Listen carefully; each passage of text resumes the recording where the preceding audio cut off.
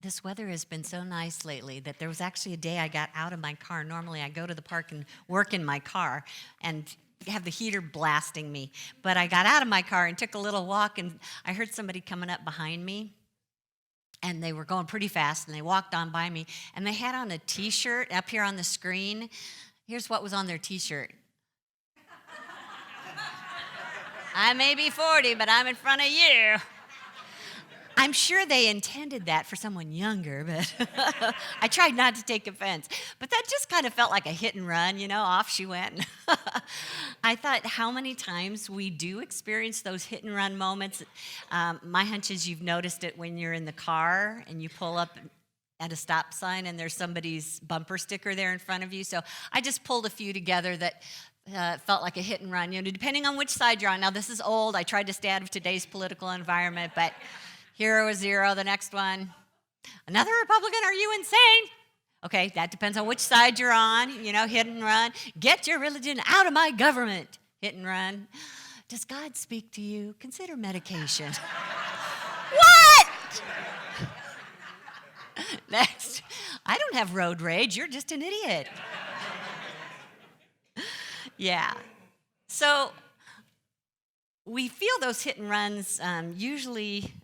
It's an anonymous kind of situation where you don't know the person. It's easier to be ruder to a stranger than it is to somebody you got to see the next day, right? It's also possible that we are using our technology to send information that we don't want to say face to face. I had a friend once who was getting emails from her boss, and they were not pleasant. They were kind of harsh and not even really instructive, just a little bit harmful. And it turns out that the boss was literally on the other side of the wall from her. Could have stood up, at least just stuck his head in the doorway. But those emails come in as a hit and run. If you've been in HR, you know that when you're about to let someone go, you make sure that you've had some conversations with them along the way and help them have a chance to fix whatever their problems are. But oftentimes a hit and run comes when you get fired with no warning. Can you relate to that? And of course, one of the most common statements you get these days in relationships where you see each other every day, probably living together, it's like, if you don't know, I'm not going to tell you. We get the hit and run energy, but we don't really get any information. What happened? What just happened? Can you relate to that? And because we're honoring the season of nonviolence, which is the anniversary of the death of Mahatma Gandhi on January 30th and April 4th for Martin Luther King, we're taking some time over these weeks to try and find ways that we too can carry on the acts of peace that they were trying to create in our world without violence. That was what they were known for, is creating peace and compassion and respect and freedom amongst human beings without having to use violence. And so I thought today we could address this issue that we love so much, conflict. The word that we run from oftentimes. I know that, with Gandhi and King both, they were having to deal with governments. These were big, huge organizations that they were trying to make changes in. And if you saw any of the movies about their life, you probably saw them having conversations with the president or someone in charge where they were standing firm on what they wanted, but they were not using violence. And they weren't even really violent in their speech. They just knew that they had to stand firm. And that, I think, is what really set them apart, was that they weren't trying to anger people and get them to riot. They were actually trying to do the very opposite of that. When you and I experience conflict, we may not be fighting the government right now, although it is time to do your taxes. So hopefully you're not feeling that way right now about that. But we can probably all relate to conflict in our life. And I don't know about you, but I did not get a class in school on how to deal with conflict. Did you? Anybody? Okay. And I checked in with somebody in the first service who's just a freshman in high school, and he affirmed, no classes being taught on how to handle conflict in our life. So today's the day, and I know that most of us want to avoid conflict just because we're not really sure what's going to happen when we tell somebody that we're upset about something and we need something from them. And, we might be passive-aggressive. Are you okay? I'm fine. And you throw throw something across the room. Doesn't really solve your problem. So you go home and you kick the cat, and then you lay awake, Oh, not. I don't even have a cat. I don't have a cat. That wasn't what I was saying. I don't kick the cat. But sometimes maybe, your best way of handling conflict is to take it out on somebody else or go out in the parking lot and triangulate with a third person. It's like, why are you telling me this? I can't help you. I don't want to know about this. So I think Jesus was trying to get a simple point across. Although we've talked about this scripture in a way that is metaphysically interpreting it, I want to just take it literally today. One of the things he says in the book of Luke, chapter 12, thus when you go with your accuser before a magistrate, on the way make an effort to settle the case. Or you may be dragged before the judge, and the judge hands you over to the officer, and the officer throw you in prison. I don't know about you, but I've noticed that the longer you delay in dealing with a conflict, the harder it is, the more it escalates. Can you relate to that? So, if you interact with humans at all, my hunch is you've had conflict in your life.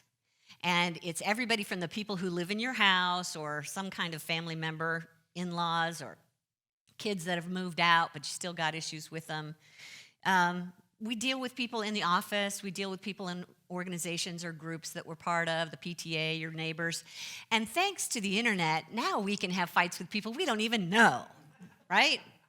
So the problem is that when we think about settling a conflict, we're concerned about what might happen. I mean, it can get really ugly for some of us because we don't know how to deal with conflict. It's something about, what if they point the finger at me like it's my problem, or they embarrass me, or they yell in public, or they just won't help. They're going to be stubborn about it, and you just feel so helpless.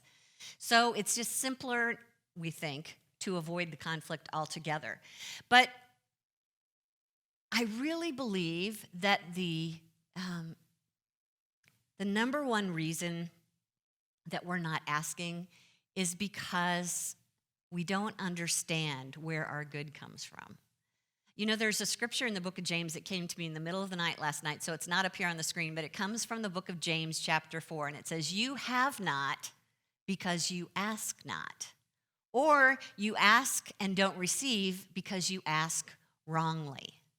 So when I think about us not asking someone to help us get a need met because we're sure they're going to be in conflict with us, it's our own fault because we haven't taken that first step of asking.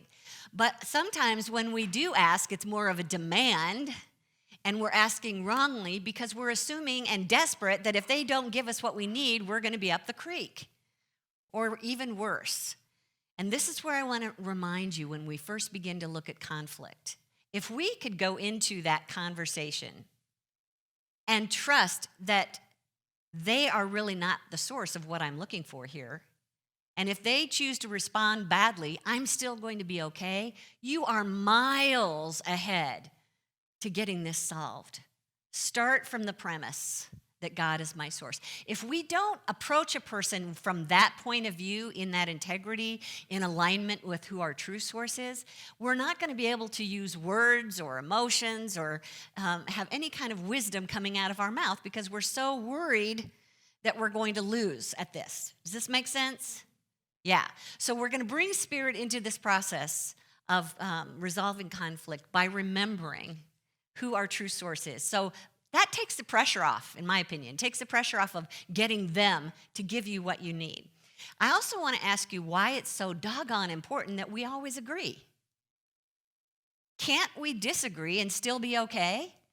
I mean, for heaven's sakes, when you think about how you and I are each unique beings, and it's the Spirit of God seeking to express uniquely, we are not going to agree most of the time because we each are trying to live our life from our own point of view. And that's not a bad thing. It doesn't make anybody wrong, and it doesn't mean that you still can't both get your needs met because you're not each other's source, ultimately. Now, I will say that you will probably go a long way to getting this taken care of if you will try and make the first step be to approach them and have a conversation with them.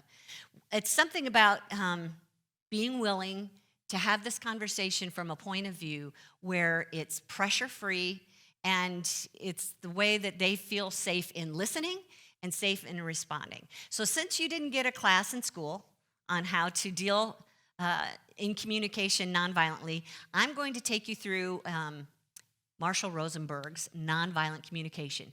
Now, we've taught classes here before. How many of you take that class with me? Okay, some of you did, but you forgot.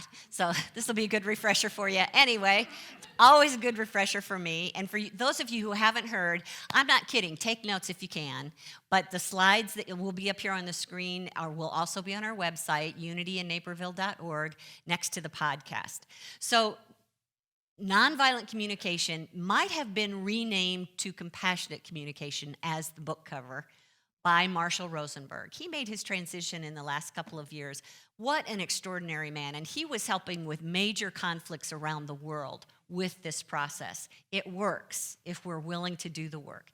So we're talking about using nonviolent communication not to make another person wrong and to prove that you're right. You use this communication style when you have a need that's not being met and you're feeling upset in some way about it and you want to see change in some way. But up here on the screen, this is really the first premise or the reason why we use this process, which is to clearly express how you are without blaming or criticizing. It's not about getting your way. It's just expressing how you are without blame and criticism. And you will see that this will go a long way to actually solving the problem. It's kind of part of the seek first the kingdom of God when we are just trying to be with one another in that presence and realize that this is a spiritual being, I am a spiritual being. So let's actually look at the steps here and see if we can't find a way to put it to use. The first step is observation. I don't know about you, but when I'm upset about something that's going on, I don't think clearly. And sometimes words come out of my mouth that are not the least bit helpful. Sometimes I say things that are happening that aren't really happening because I'm upset. Does that make sense? I'm not the only one. I'm not the only one who goes through this. Those emotions run pretty deep, and they cause us to exaggerate, dramatize, even misinterpret what's really happening.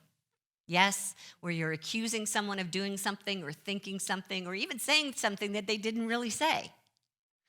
And if we can start with an observation instead, this is actually to focus on what factually happened. This keeps the emotions tampered down a little bit. It gives the other person a chance to buy into this conversation right from the start. So it's not, when you live like a slob, that's not an observation, that's an opinion, okay? And that is immediately going to put the other person on the defense. You see that? But you could say, I noticed when I got up on Monday, Tuesday, and Wednesday of this week, there were dirty Kleenexes laying on the floor and you had already left the house. Now that's a fact, okay? That's something that you can prove and that they can actually say, yeah, I did that, okay? They may not actually say that out loud, but so far they're still with you, okay? Also, something that we use oftentimes is the word always when we're saying about what you did, you always do this. Let's just leave always out of this conversation altogether. It's just not helpful, and it's usually not true. So when you say you're always late, of course, they're going to say, I can give you 99 times out of 100 that I'm not late. So give them a fact, and the fact might be that when you were late 15 minutes to our last 2 appointments, okay? That's provable. They could probably relate to that, okay? So your observation is taking the energy out of it so that they're not overwhelmed. They don't go on the defensive. They're more open to what you have to say next. And when you speak a fact like that, it helps you keep the situation in perspective so that you're not overstating, making stuff up. And it actually might help you answer your own problem a lot of times. If you really start to see what really literally happened, you might go, you know what, this is not a hill I want to die on. I'm going to let that one go. You know what I mean? Is that the way you say that? Hill I don't want to die on? Okay. You know what I'm going. It's a kiddieism. Okay. Thank you. So we get our facts out there. That's what our observation is. And then the second step is to tell them how that makes you feel. Now, again, it's important that you know what the feeling is. And I know a lot of times we have trouble naming the feeling.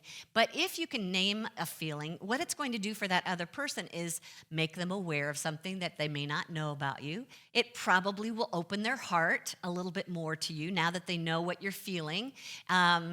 And they'll be ready to listen a little bit more. But when we say what we're feeling, we might want to be a little bit mindful of how we say what we're feeling. So we're not talking about, as a matter of fact, if you say, I felt like, whatever's going to come next is wrong. So don't try doing that. Like, I felt like I wanted to wring your neck. Okay, that's not an emotion. If you say, I felt like, or I felt that you were being childish. If you say, I felt that, that's not a feeling. Okay, and so telling them that they're being childish is not a feeling. Telling them that they're being thoughtless, and that's how I felt like that was completely ridiculous, that's not a feeling.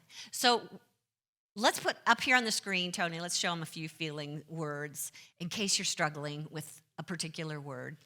But, in the case of when you and I had an appointment the last 2 times and you came 15 minutes late, I felt, what's a common emotion at that point? Angry, irritated, diminished, disrespected. And even some of those can be, I could be here all day, I won't go there. But come as close as you can to an actual feeling word. And that is, that's going to help them move into what's going on for you and be ready to listen. It's also important that you use the I word, I felt, instead of you made me feel. Because nobody can make us feel anything. I felt keeps the focus on you, the blame off of them, and now they're still interested. Plus, you're being vulnerable, and anybody who's being vulnerable is just like somebody you want to help, usually. Okay? So then the third part of the process is to express what your need is in this situation. And again, needs are something that most of us don't really think about because we're too tied up in the feeling. But if this starts out with, when you were 15 minutes late for our last 2 appointments, I felt irritated. The next words out of your mouth should be, because I need, and then finish the sentence. Because I need is really going to explain why you're upset. It's the meaning behind your upset. And it's important that we share what that is, because now they're really going to understand what this conversation is about. And my hunch is most people, when you're in conflict, they don't know what your needs are. We talked last week about setting boundaries and knowing what's important to us. It's important that we have to figure it out for ourselves. If we haven't figured out why we're upset and why we're having this conversation with them, then how can we expect them to be supportive of us? So get clear on what the need is. It's something that takes away the blame of the other person and continues to keep the heart open. And one of the examples might be that when you were late for our last 2 meetings, 15 minutes, I felt irritated because I need my time to be respected. Yeah? Because I need my time to be respected. Because I need to feel valued in my relationship. You're going to know what the need is, what's causing your upset. And if not, don't have a conversation with them about it yet until you know. Take some time to get quiet and ask yourself, why am I upset about this? What is it that I'm really needing here that's creating this problem between us? So we've got our observation, our feeling, our need, and the last step is making a request, being specific. When we're talking about making a request, we're not, again, let's just say that if you don't tell them what you need or request, they're not going to be able to help you. And it's really common for us to say, I need you to stop acting like a child. But that's not an action. That's not specific. What do they do with that information? I don't know what you mean by that. When you say, I'm upset, I'm frustrated, and I need you to respect my time, so stop disrespecting my time. Well, I don't know what that means. Show me how I can stop disrespecting your time. Help me out here. All that we're doing otherwise is just throwing out a bunch of blame and trying to make them feel guilty. But remember, the reason we're having this conversation is we're trying to come to resolution, not just make them feel bad for something that they did. So our request should be specific actions. It should be respectful to the other person. And here it comes. You start the request with, would you be willing? Would you be willing? Would you be willing to call if you're going to be late? Or would you be willing to check your calendar before you make appointments with me? And when you offer, would you be willing, it's giving them an option. And suddenly they don't feel like you're making demands on them or blaming them for something. With an option allows them to say, I can't do that for you. Or no, I'm not willing to do that for you. And at this point, we get to decide what's important to us. Is the relationship more important than having them give me this one thing over here? Or have I learned my lesson and I know not to depend on this person for this one thing, and I'm going to look over here for that solution instead? That's the thing. You get to be not only offering them an opportunity to say yes or no, but we also have to come in with a detachment that says, I am willing to look elsewhere if I can't get this resolved with this person. And that's when we come back to spirit and remember, oh wait, that person isn't my source anyway. Let me just trust if they can't help me with this, that I will find someone who can, because I've got an infinite source of good. Does that make sense? So come back to the primary motive that we're doing this in the first place, to keep a quality relationship intact. Remember, it's not about blame, and it's not necessarily about getting my way. It's about telling the other person what's going on for me, using my I words, making it factual, having an open heart, revealing what my boundaries might be, knowing what's important to me, and making it an energetic environment where they can come along with you because they care about you and they want your good too. It's when we start pointing and shaming and criticizing that people start to put up walls. Even our closest loved ones will do that. It's normal human behavior. So if we start with the premise that there's only one side here, not two sides, and that God is the source of both of us and God is the heart of both of us, and that even if we disagree on this, we're both going to be okay and can get these needs met elsewhere, then we've got a fighting chance here to make this happen without fighting, without violence. So up on the screen here, we've got a list of the steps again. And this is actually the statement that you might make. When you make the fact observation, I felt what the real emotion is because I need whatever that is, and would you be willing to make the request? Can we go to the next screen, Tony? Thanks. So you see, I've highlighted the first letter of these 4 words, and the way that I remember the 4 steps is that they spell oftener. That's my new word. We should be willing to communicate this way oftener. I thought that was useful. Yeah. So the observation is not an evaluation, not an opinion, it's an actual fact. The feeling is an emotion word, and it's something that will open their heart. The need is what's behind your feeling and why this is important to you, and the request is asking for something specific as an option, not a demand. I wanted to share this last quote with you because I just think it says it so beautifully from Rumi, who was a Sufi poet from hundreds of years ago, said, "Out beyond ideas of wrongdoing and right doing, there's a field. I'll meet you there." That's what nonviolent communication is about. Being willing to leave the who's right and who's wrong, and let's actually address this from a place where both of us can get our needs met. Does that make sense?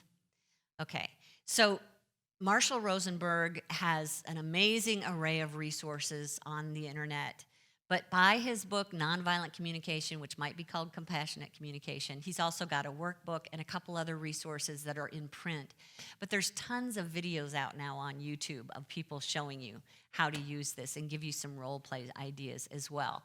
Also, somebody asked in the early service about how to use this with teenagers who swear that if you're asking them to do things, it's considered slavery.